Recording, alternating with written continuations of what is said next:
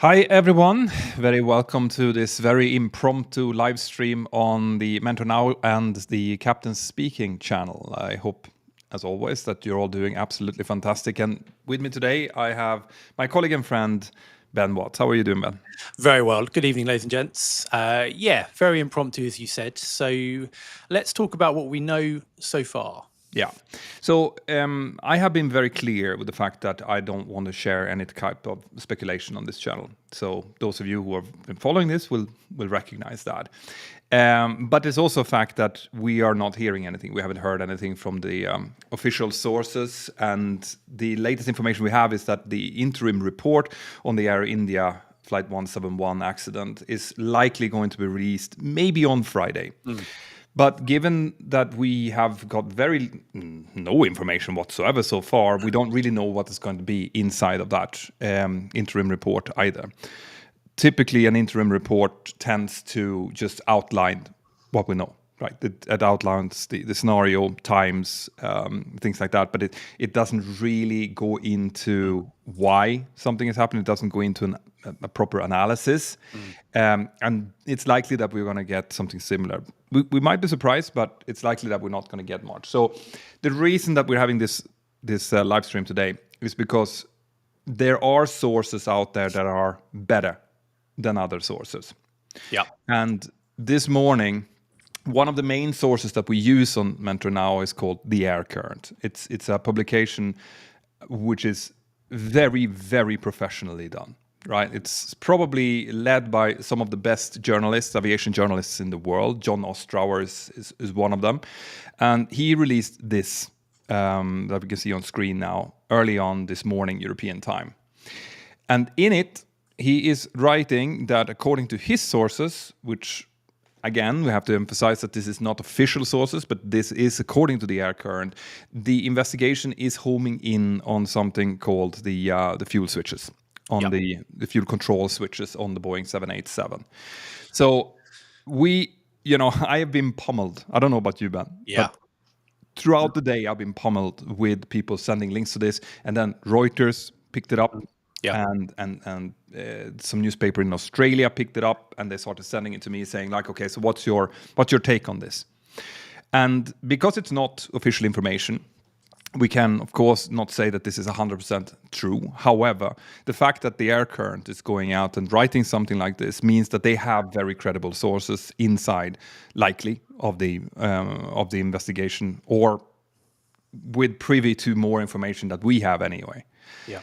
So I thought what we can do today is, obviously, we're not going to be speculating on why these fuel switches might be involved, but we can talk about the fuel switches in themselves and what they do. Absolutely. Right. So, Ben, if you want to take it away, maybe. Yeah, for sure. So what we're seeing on screen here, ladies and gents, so fuel switches they're in the 787. They're called the fuel control switches. In the aircraft that we fly, they're called the engine start levers. They effectively do the same thing. And these are the switches that we use only a few times a day. In a long-haul aircraft will be twice a day. And what we do, these control the fuel and the ignition that goes into the engine to start them. And then when we move them down, it will do the opposite. So these are switches that are key to our operation on the ground. They allow us to start the engines. But once we've started these engines, these are switches that we do not touch until we've shut down at the other end, unless something non-normal has happened, in which case, which we'll talk about more in a moment. And as you can see in the photo here, on that photo there, we've got a couple of positions. And what we can actually do, Peter, we can do that now, actually, is we could jump in. I've got a simulator up and running here. So I can show you this in real time, and we can talk a little bit about the philosophy that we use when we're using these switches, because they are critical switches. Yeah. So what we could do is we jump into the sim now. So here we are. I've got a 787 sim up and running. So this is obviously the captain's view from the 787. Now we're on the runway here, engines running at this stage. But to show you, big picture, this is the view of the engine or the fuel control switches. They're down in the center pedestal here. These are the thrust levers, and there's one for each engine. Obviously, one for engine number one, the left engine, which is this one, and one for number two, which is this engine here. And there's two positions, two very simple positions. We've got run and cut off. Now, obviously, the engines are running at the moment, hence the position in run.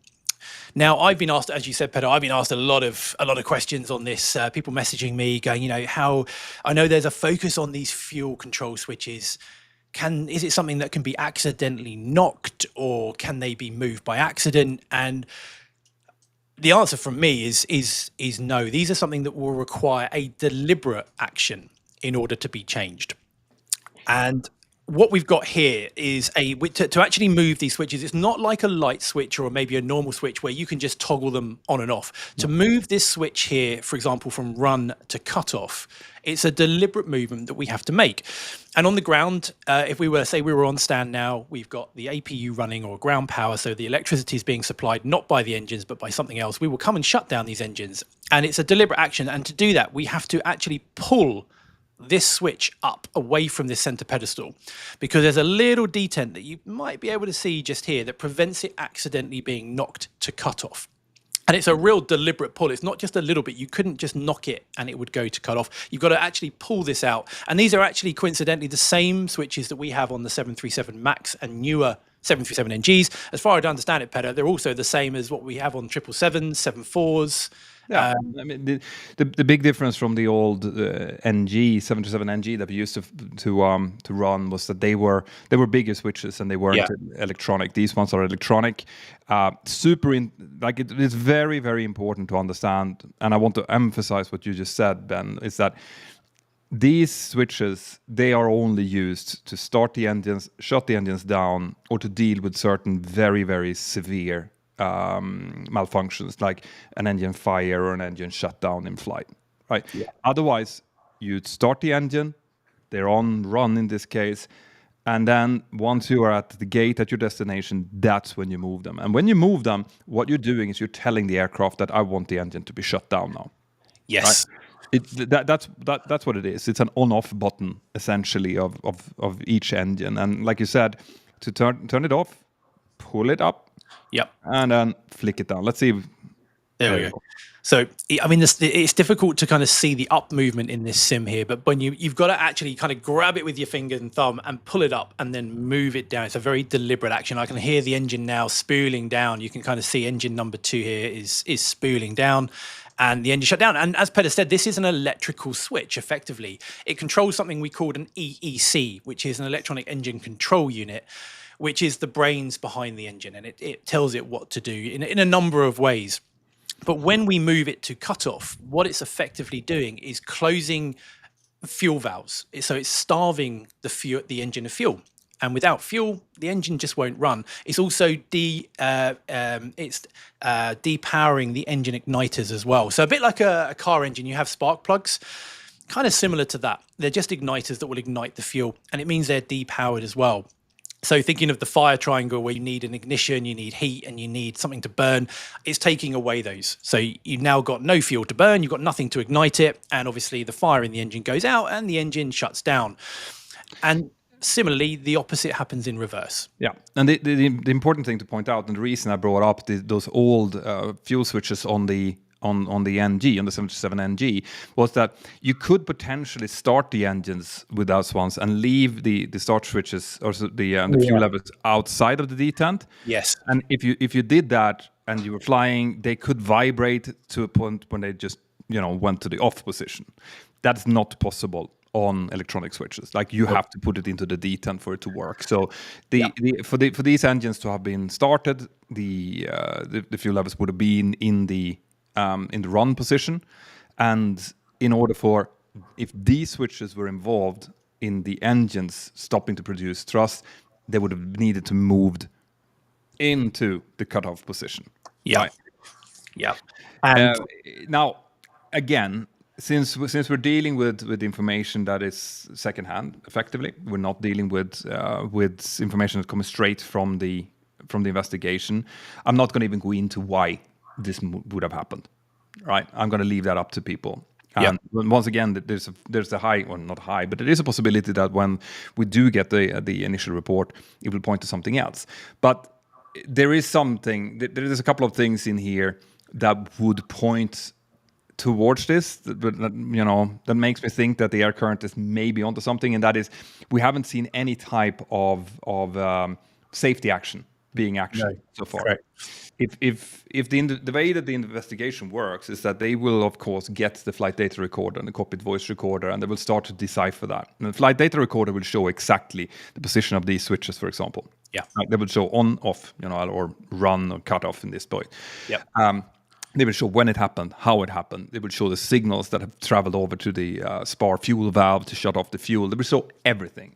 Yeah. And if there's something happening during the course of an investigation that indicates that there is a danger out here, there's a threat towards people that are traveling on, for example, 787s, the investigation will move very, very quickly, right? They will contact Boeing and see, who is it that was doing these engines again? It's a GENX, so it's General Electric, immediately, and say that, listen, we've found indications of this, do something. And then you would see these like emergency airworthiness directives go out. Yep. But we haven't seen anything, right? We've seen nothing whatsoever. And if the fuel switches are turned off, for whatever reason, by whoever, then that is not something that's wrong with the aircraft. And the aircraft is then working and operating as expected, which would mean that there would be no need for any type of safety action to take place. Correct. And it also, I mean, something we spoke about in the original live stream when this was first presented to us, is that from the footage that you can see, one of the things we picked up on was that if the engines failed, if that was the cause, and bearing in mind at the time we didn't know that was the cause, but if the engines failed, it's most likely they failed almost instantaneously, almost at exactly the same time. Because if one failed and then another, you would see some form of visible yaw as one engine is producing thrust and the other one isn't. But the fact that that's very difficult to perceive, when you look at videos on YouTube of aircraft with engine failures, you'll see the aircraft yaw.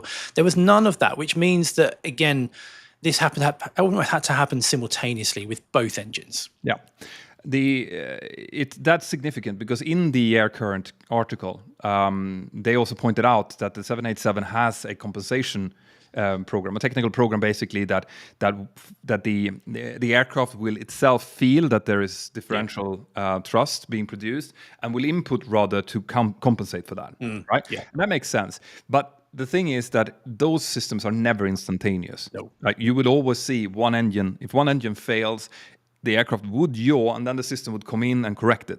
Yeah. Right. So it would keep the thrust. It would keep the track going, but you would definitely see something happening. But on every video that I have seen, you cannot see anything. It just goes and then it suddenly starts descending again. So like you said, that's the point that if we're talking about dual engine failures here, which, by the way, is like a single engine failure, a single engine flame out is extremely rare. Yeah. To have two engines flaming out on new engines on a new aircraft is beyond rare, and to have it happening at exactly the same time is astronomical. Like the risk of that happening from like a failure or something outside of control would be astronomical. I don't even know what the figures are, but I'm thinking billions of flight hours for that. Oh yeah. Yeah, and if we just jump back into the sim, actually, just to kind of show while we're here, because if I bring up the fuel schematic here on the lower DU that you can actually see, as I've got engine 2 shut off, you can see this is the engine that's running. You can see that the fuel valves are open, supplying the engine. It's green. I've moved the engine to cut off, and it's now closed those valves, which emphasizes what we said about how it starves the fuel. But you can also see, to prevent any kind of accidental knocking of these switches off, which again, it'd be very hard, I think, wouldn't it? But I mean, these are, like we said, it's a real deliberate action, particularly for both of them. But you can see that Boeing have installed these guards here, which would prevent things like your cuffs or your arm or anything kind of falling and knocking into these. Because when we're in flight, these are sacred switches as such. We would never touch one of these switches in flight, unless there was some very serious reason as to why, which would normally be some form of engine malfunction, which would require a controlled engine shutdown, a single controlled engine shutdown, in which case it is a very, very strict methodical process that we take in order to shut the engine down. Because if we get that wrong, then you're shutting down a good engine and leaving the bad, which we've seen in the past. Yeah, the Kegworth air disaster is probably the most known of those instances, and after that one and many others, we learned, from blood, sweat, and tears, that you have to be involving both pilots in any movement of these switches. So, if I give you an example, if we have, let's say that we take off and we have a severe engine damage. Yeah. Right. The fan stops for whatever reason. We get engine severe damage. Then what you do is you continue as pilot flying. You continue to control the aircraft. You put input rudder. In the case of 787, that's done more or less automatically for you. You continue to climb. You look for positive rate. When you have positive rate, you get the gear up, and then typically you wait to a minimum altitude, which is, on the 737 it's about 400 feet. So it might be different on different airlines and different aircraft. But about 400 feet, the pilot flying will then ask, state malfunction. Correct. And the reason we do that is so that we prioritize flying the airplane first. What we don't want is pilots being head down, distracted, very close to the ground, trying to work out what's gone wrong. So we focus on flying exactly as Petter said. Once we're safely under control, above 400 feet in our particular case, state malfunction, and then pilot monitoring, who's not flying, will call what they see. So in this example, you would say it's engine number 2, the right engine. We might have an abnormal N1. M1, we might have a very high exhaust gas temperature. N2 and N3 might be different. The fuel flow might be strange. So it's abnormal, which is condition 1 of a severe damage. And we might feel airframe vibration. We can feel the aircraft shaking as this fan blade or whatever is damaged is shaking itself. So we go, okay, it's a severe damage, engine number 2, which pilot flying would look across and go, yeah, I confirmed. And they would call them for the appropriate ECAM actions, memory items, ICAS, whatever it would be in that particular aircraft. And then we can run through that, Peter, if you like. I can call it for you. Yep, job. So I'll call it out then. Okay, I agree. I want the engine, fire, severe damage, and separation memory items. Okay, so memory items, and this is, bearing in mind, this is just an example. This isn't specific for the 7.8. This is just an example we're using for the 7.3, but it'll be very, very similar. So I would say thrust lever, engine, let's say the engines are up like this. Thrust lever, engine number 2, confirm, close, and I would put my finger on it so Petter could look and make sure I've got the right one. Yep, and I will look over, and since this is an engine and I am flying, and I'm pilot flying at this moment, I will put my hand and I say confirm. Yeah, sorry, buddy. Yeah. And then I will close it, because that's gonna, at least in the 737, that's gonna have an effect on the handling characteristics of the aircraft. So correct. I will close it. But the important point is that because this affects the thrust, we are now confirming, we're double checking before we move anything. Yeah, so correct. So whoever's pilot flying will put their finger on there. If I'm pilot monitoring, obviously that I will watch, and Petter would say his finger's on there and go, confirm. I would say, yep, confirm, deliberately checking that it is the correct engine. And then Petter would say close, and he would bring that back gently and to close. So now that engine is back to idle. And then I would, should we carry on then, Petter, from there? Yeah, continue. So start lever, engine number or fuel control switch, engine number 2, confirm cutoff. And again, and I will look over. So it would be here. Yeah. And you can see that. And let's have a look at the fuel schematic as we do this. These are the spar valves and the engine fuel valves that you can see up here. They're in line, which means the fuel would be flowing. I would put my finger on there or hand on there now as pilot monitoring and say confirm. And this is where we would absolutely confirm, because this is the point of no return now. Yeah, now, and now you can look over. We can look both at the engine instruments and in this case also the fuel schematic and see that, the left engine is the good one. The right engine is the one that we want to do something about. So yes, I confirm.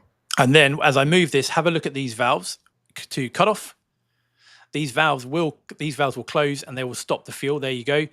Cut off, and then we would come down, and we also have a fire switch down here, which would, when we pull this up, even though the engine's not on fire, what it does is it isolates the engine from, it isolates things like hydraulics, electrics, and so on. So we would say fire switch, engine number 2, confirm, pull. I'd put my hand on it, and Petter would confirm, and then I would pull that up, and because there's no fire, we would just leave it there. And whether the auto throttle stays engaged on the 7.8, I'm not sure. But if in the 7.3, we'd have disengaged the auto throttle first. Yeah. But it's a very, very, as you can see, a very, very methodical, well thought out process that isn't done hastily at all to make sure that this is done correctly. And that's super important to point out here, because like whatever happened, if the fuel switches were involved in any way, shape or form, there shouldn't have been any movement at that altitude. They were only at about 400 feet or so, right? Yeah. So at 400 feet, before the gears even being fully retracted, there should not be any movement of these fuel switches in any situation ever. No. Right. So No. that I just want to get that out there, that these fuel switches, if they were moved at that point, then that was an error of some sort. Yeah. Now, questions obviously that comes up, people would be asking, why isn't there a guard on top of these? Why isn't there, another step involved in before you move this? Because essentially this is just one switch that can shut off an engine, right? It seems like something that you should have. But I think people need to understand that the way that an aircraft is built, especially a Boeing, I have to say, is that it assumes that the people that are in charge know what they're doing and that they're taking appropriate steps. Yeah. Right. So there are no safeguards for critical switches. There are a few on the overhead panel where you have these like guarded kind of between, like it is a bit of mesh almost that holds it, that because it's an action that cannot be reversed. Correct. Right. So whenever you have an action that can't be reversed, there is actually a little bit of a warning, like ooh, think. But on the ones that are to be used on a daily basis, which the fuel switches definitely are, you don't have that. The manufacturer is assuming that you're not going to be fuffing around with those if there's no point, if there's no reason for it. No, and you and I, we've trained this for thousands of hours, haven't we, in sims, watching crews shut down engines for part of the training that we undertake. And it's grained in from day one, isn't it? How these switches are respected and how they're used. And you don't see crews just willy-nilly shutting off engines. It's just so far from what you would imagine as a pilot. It just doesn't happen. No. And now I want to also, I see a lot of questions coming up, guys. We are going to be answering some questions soon, so don't worry.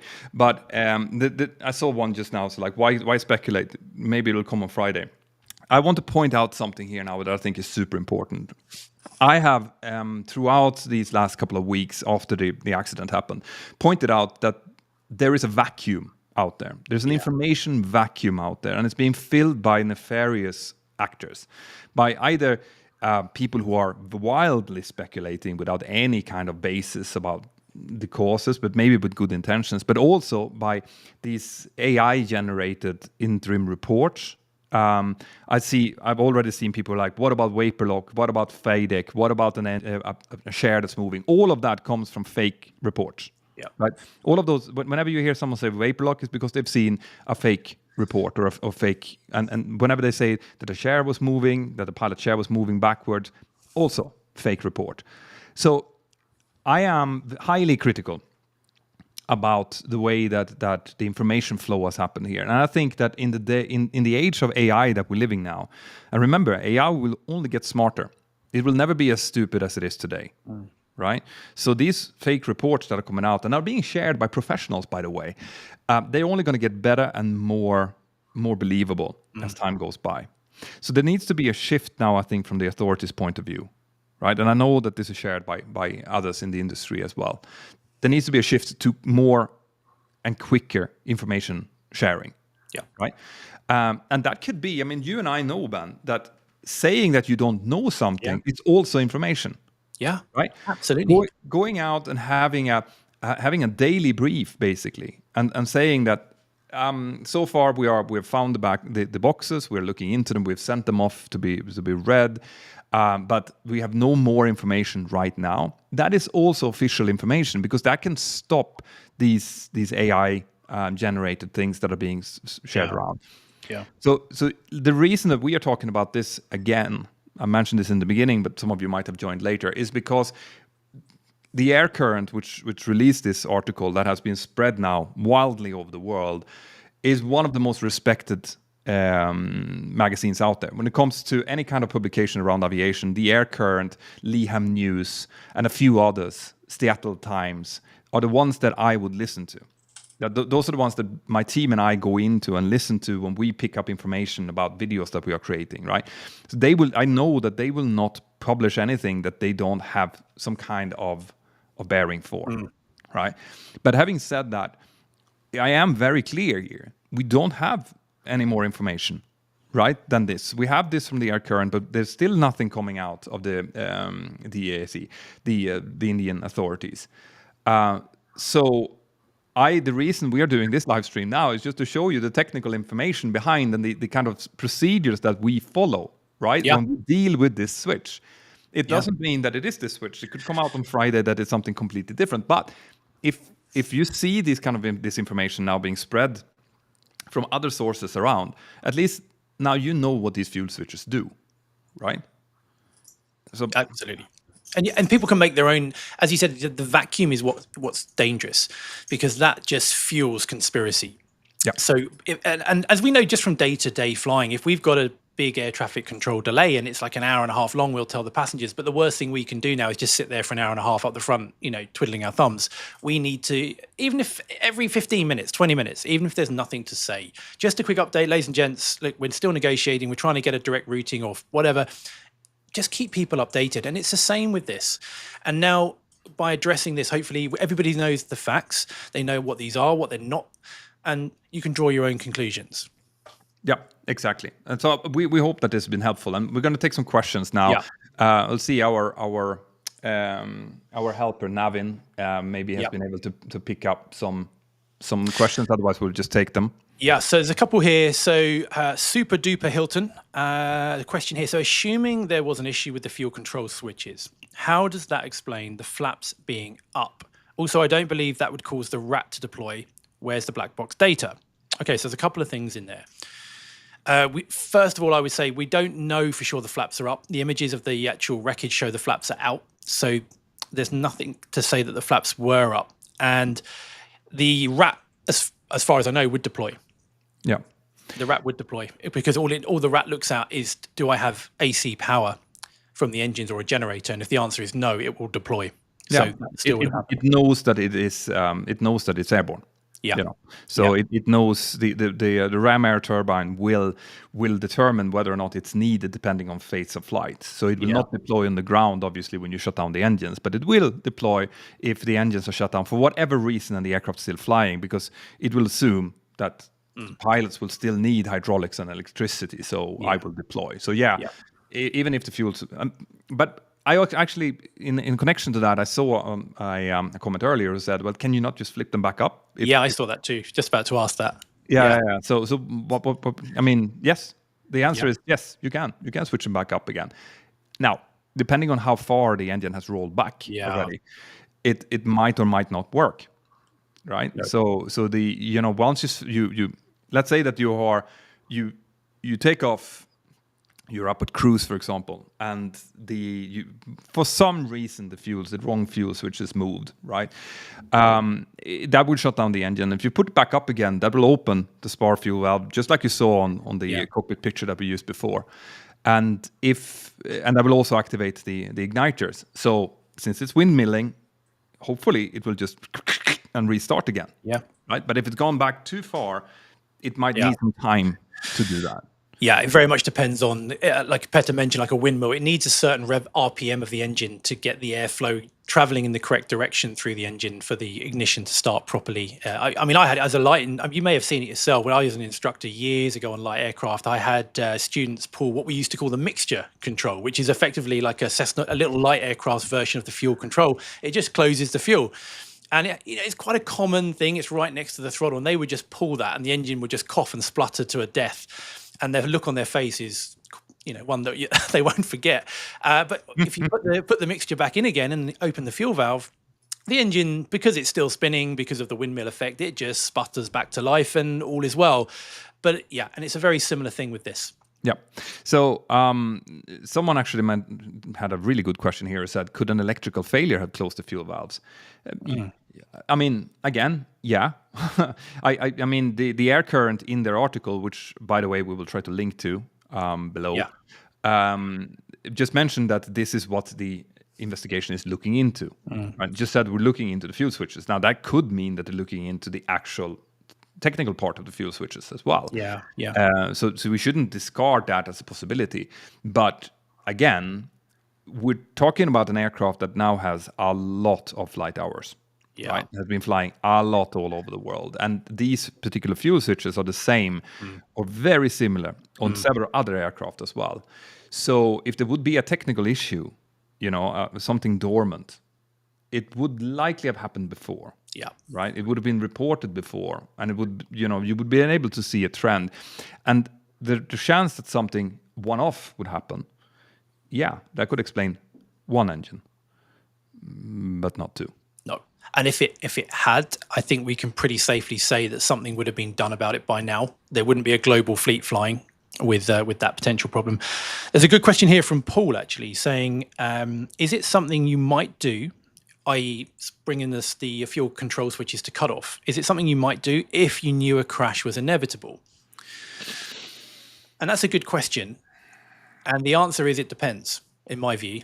Let's say if you were ditching, let's say you're landing in the sea, or you want to kind of minimize that. So yes, you might just before touchdown move them to cut off, possibly, to try and prevent any kind of ignition. But when you're crashing into a residential area, you don't have time.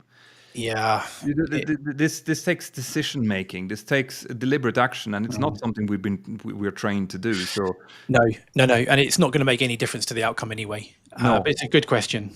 No, definitely, yeah, absolutely. It's super interesting to see these questions. Actually, it gives an insight into what people are thinking about. But I think one of the really important points that we wanted to make with this live stream as well was that, like I said, these switches, they work. Right, they work fine. They're not. It's not something that will just happen. Like if you're out flying on a 787 one day and maybe the fuel switch jumps off. No. And hopefully that's something we have shown, that how deliberate an action it needs in order to get one of them shut down. To do two, I mean, it's a very, very deliberate action. And we even train, just to kind of drum that down even further, when we're shutting down engines on stand, we train pilots not to do both engines at the same time, so you're not subconsciously building a muscle memory of shutting down engines with two hands. Yeah. So, in the heat of the moment in flight, you don't accidentally do it. However, I just saw a comment, all right, go on. that's going to, this is, I'm super curious now to what you say to this. Right, so, just join, so forgive if this has been said, but memory drill for double engine failure is fuel control switches both off, then on again. Yeah. Well done. Yeah. Done. First of all, that is an excellent point, right? Yeah. So that is true in case of an engine of dual engine failure. Yeah. So dual engine failure. The memory items includes turning both fuel switches off and then back on again, and that is to restart. To get that relight sequence going. Yeah. Okay. Go on. No, go on. Yeah, I say the reason you might go, well, why? Why? We know that the aircraft wants to, because it has an auto relight function, which the engines will try and do the best they can if it senses that the engine does flame out. But the reason, if they have flamed out and the auto relight hasn't worked, the memory items, and I don't know if this is the same on the 7.8, I would imagine it would, because from the ground school I've done on the 7.8, it looks almost identical to the EEC on the 7.3, NG and the MAX. But what we do when you move it to cut off, what it does is it resets the engine as such. So behind the big fan you see at the front, there's loads of guide vanes that guide the airflow into the combustion chamber in the right angles and flow. And these move depending on the speed of the engine and the speed of the aircraft. And the faster you go, the more powerful the engine, the more they kind of close to get the angle right. By going to cut off first, it resets all that, opens everything up as though it's ready and primed, ready for the most successful chance of a successful engine start. So that's why we go to cut off first, but we very, very quickly move them back to idle once we see it spooling down. But it is a super interesting point, right? Let's say, for example, that the investigation actually is looking at the fuel switches because they found them in off both of them or whatever. Like, of course, there is the odd possibility that if these are the memory items, which I'm not rated on the 787, so I can't say, but if you lose trust and you notice that you lose trust on both engines, that you do flip them off and to flip them on again as part of the memory items. Yeah. Right? Yeah. So if that's the case, then you're back to square one again. Then we have no idea. But then we're looking at a double engine failure again, aren't we? We're back into that. Yeah. Exactly. We're back into the unexplained double engine failure at exactly the same. And the other thing I would add to that is that we know that we don't know for sure, but from what we can see, it looks as though the gear lever was selected up. So, and then the engines failed or the electrics failed. So maybe you can repeat why you say that. Yeah. So in the what we looked at when we looked at the footage, we noticed that the 787, when you raise the landing gear in the 787, the bogies, they tilt. They change the tilt of the main gear so that they fit into the belly of the aircraft. So they're in a certain position, and then when you go gear up, they tilt hydraulically, and then they will retract. We saw the tilt, but we didn't see anything after that, which tells us that the engines failed just after the gear was selected up, which means it lost hydraulic power. So there's no way you'd be doing memory items that close to the ground that quickly, because the gear is the first thing. Raising the landing gear is pretty much the very first thing we do as soon as we get airborne. As soon as we see we're safely climbing away from the ground, straight away, the first thing, positive rate of climb, gear goes up. And at that point, it seems that the engines, both of them, were shut off. You wouldn't go into memory items at that point. Again, apart from this is going into speculation. So so the only thing we wanted to touch on really again was the fact that the air current is pointing this way, the fact that several other reputable newspapers and news organizations like Reuters, for example, have picked it up. So we thought that, in all fairness to everyone who is following the channel, this is what we try to do. We try to inform whenever there is an information vacuum like we're living in right now regarding this. We try to give as much information we can without pointing fingers, right? Because anything is still on the table until the official report can actually come out and confirm something for us. And then again, we're just waiting to do a proper Mentor Now video to explain whatever we get from the official report. But, from the side of public service, basically, I want to be able to answer as many questions as possible. So let's take a few more, shall we? Yeah, sure. And I think that going off what you said, Peter, that's the real reason we've done this now, is because we're both getting so many questions. As soon as a little bit of news comes out, even if it's unconfirmed, it's important that we just give the facts so that people can then base it on that. Let's have a look. So here, SSS Hex, can those switches, the fuel control switches, could they have been moved simply by the impact force? Well, we don't know what position those switches are in yet. There's nothing official yet. This is just what we've heard the focus of the investigation is on. But the black box is the flight data recorder, where it will record all of this. It will record every single switch that we touch day to day. Everything is recorded. Yeah. So whether they're found in that position or not is kind of irrelevant, because they're going to be looking at the data that led up to that before that point anyway. Good. Anything you'd add to that, Peter? No. ESB234 is asking, when will we see a preliminary report? The indications we have now is that on Friday we will likely see a preliminary report. But again, it depends on how much the investigation is willing to divulge on that. It might just be basically a 4-page report saying this is what happened on this day. Yeah. Yeah. But we will dive into it more, obviously, as soon as anything comes out. We will. Any other questions that you can see there, Peter, that you'd like to answer? There's so many, and I'm super amazed by the quality of some of these questions. Yeah, it speaks volumes about the people that are actually watching this. Yeah. The level of kind of background knowledge you're showing is awesome. Lumber here saying, if you had a dual engine failure and the fuel was okay, what came first, the APU or the RAT? Well, the RAT. I'm not rated on the 7.8, but from what I've read up on it, the RAT would come first. That automatically deploys. The APU is more of a deliberate start attempt. I think the APU actually auto starts. Yeah, it does. It does on the 7.8. It does. Yeah, you're right. Yeah, I don't. The answer to me is I don't know. I can look into that. I mean, the RAT just falls out and into the slipstream, right? Yeah. So it will start spinning and producing electricity very, very quickly. But the APU, even if the APU is auto started, as you know, it'll take a good 20, 30 seconds or something to get up and running. Could take longer even on the 7.8, because I'm guessing it's a bigger APU than what we have. Yeah. So the RAT for sure would be supplying power before the APU, but it's a good question. Yeah. There was also questions. Someone just pointed out that there's a big divide between questions and statements at the moment. But someone pointed out that the hydraulics will not completely die immediately if you have a dual engine failure, which is true. It's true. But it also, you have to realize that there's a lot of hydraulics needed for an aircraft this size. So Yeah. if they lose their hydraulic sources, it will come down to the rat very quickly. Yeah. And the biggest draws of hydraulic power are things like landing gear, flaps. So even if you those pumps run down very quickly, as soon as you try and get the gear up, which is it's not going to have enough residual pressure in there to raise an entire landing gear.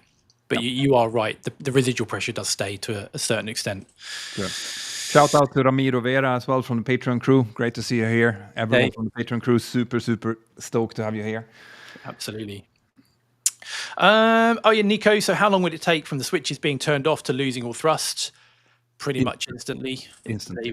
Yeah. You'd have, like, that's the thing. You wouldn't have thrust anymore. You'd have the engine spinning down, but it wouldn't produce any forward thrust. For that, you require fuel. Yeah. And it'd be a very, very marked, noticeable event. I remember Sully describing the event when he had the double bird strike, and you've had that horrible sensation of when he was climbing away, and that sense of acceleration and climb suddenly just turning into slow and that kind of pitching forward motion and a deceleration, and he had that pit of his stomach feeling. That it's that noticeable. It's so noticeable. Yeah, people explain one extreme to the other. People tell me that that's like almost driving into a wall. Like it feels like you're decelerating. Yeah, and that is, I mean, because I don't think that we realize how much thrust these engines are actually producing to push us forward and to accelerate. So if that just disappears, it'll be very, very noticeable. Yeah, for sure. So it's a good question again. Let's have a look. I can't think of anything else on here. So Raya Raymonds is asking, do pilots go through a quick procedure before a Mayday call? Well, I mean, when it comes to Mayday calls, we always work by the principle aviate, navigate, communicate, right? And aviate includes both flying the aircraft and also doing memory items and stuff that has to do with recovery of the aircraft back to a safe state. So navigation comes after that, and then communicate, which means that a Mayday call generally is something that happens once we have everything else under control, right? Yeah. I guess or desperation. Yeah, or in desperation, exactly. And I mean, we know that there was a call from the pilots here now. I still haven't seen the correct transcript of what was said. But of course, if something happens directly after takeoff and they realize that they've lost all power, someone is likely going to give a call.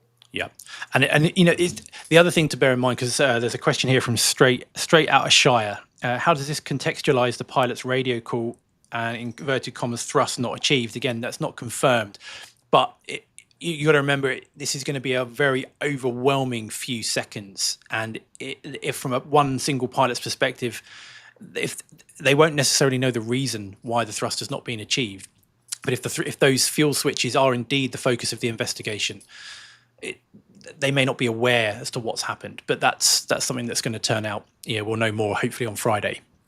Yeah. So I guess if you have any more questions, I think that's it. No, I mean, this is a little bit shorter than we normally do, but we just wanted to talk about this particular, because I know that you're going to be reading it all over the internet. You're going to be, if you're into aviation, you will have already have 5 friends sending you these articles that are out there. So I hope this has been helpful. Let us know in the comments. Yeah. If you're watching this on Mentor Now, make sure to check out the Captain Speaking channel as well, because this is what we do there. We kind of freewheel and talk from the heart and from our experience.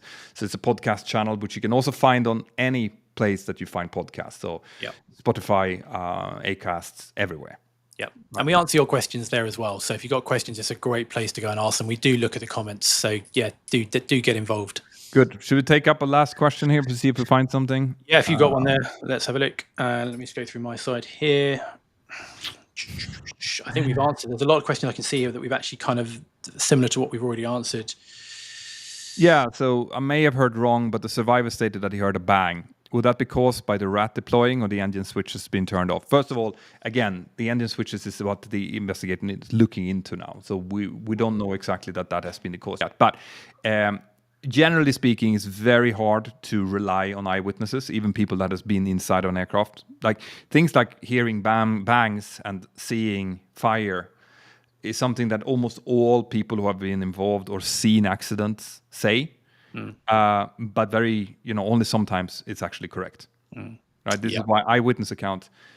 If you look at eyewitness accounts from almost everyone who's been outside of an aircraft who have seen it go down, people will say it was a fireball. It was on fire, always, even if that's not the case. So you have to take eyewitness account with quite a bit of salt, especially if it's someone who's not in the industry, who's not trained and doesn't know what sounds he should be expecting.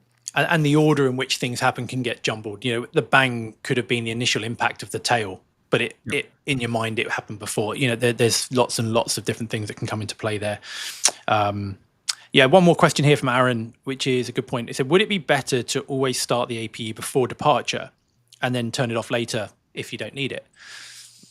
Thoughts on that? I'm a little bit torn on that, because I think that the impression people get partly because of the videos that I create, to be honest, and also because of these live streams, is that this is a very common occurrence. As in, like, if it was the case that sometimes engines fail, then absolutely. Then it would be a great idea to have the APU already available and then just shut it off after takeoff. But the fact is that I have gone through my entire career, 21 years of flying, without having been even close to an engine failure. Correct. Right? 12,000 hours or more, or something like that. I've seen plenty in the simulator, but never online. Never. The engine hasn't even been. I haven't had a surge, even when I've sucked in birds into the engines. No, they are incredible machines, and if you look into the cost, the environmental costs, the noise, the pollution, and the actual monetary cost of having tens of thousands of APUs running for an extra, 15, 20 minutes or whatever. It's enormous, and it's for very, very little use. And don't forget as well that the only reason we would really need it is if we had a double engine failure.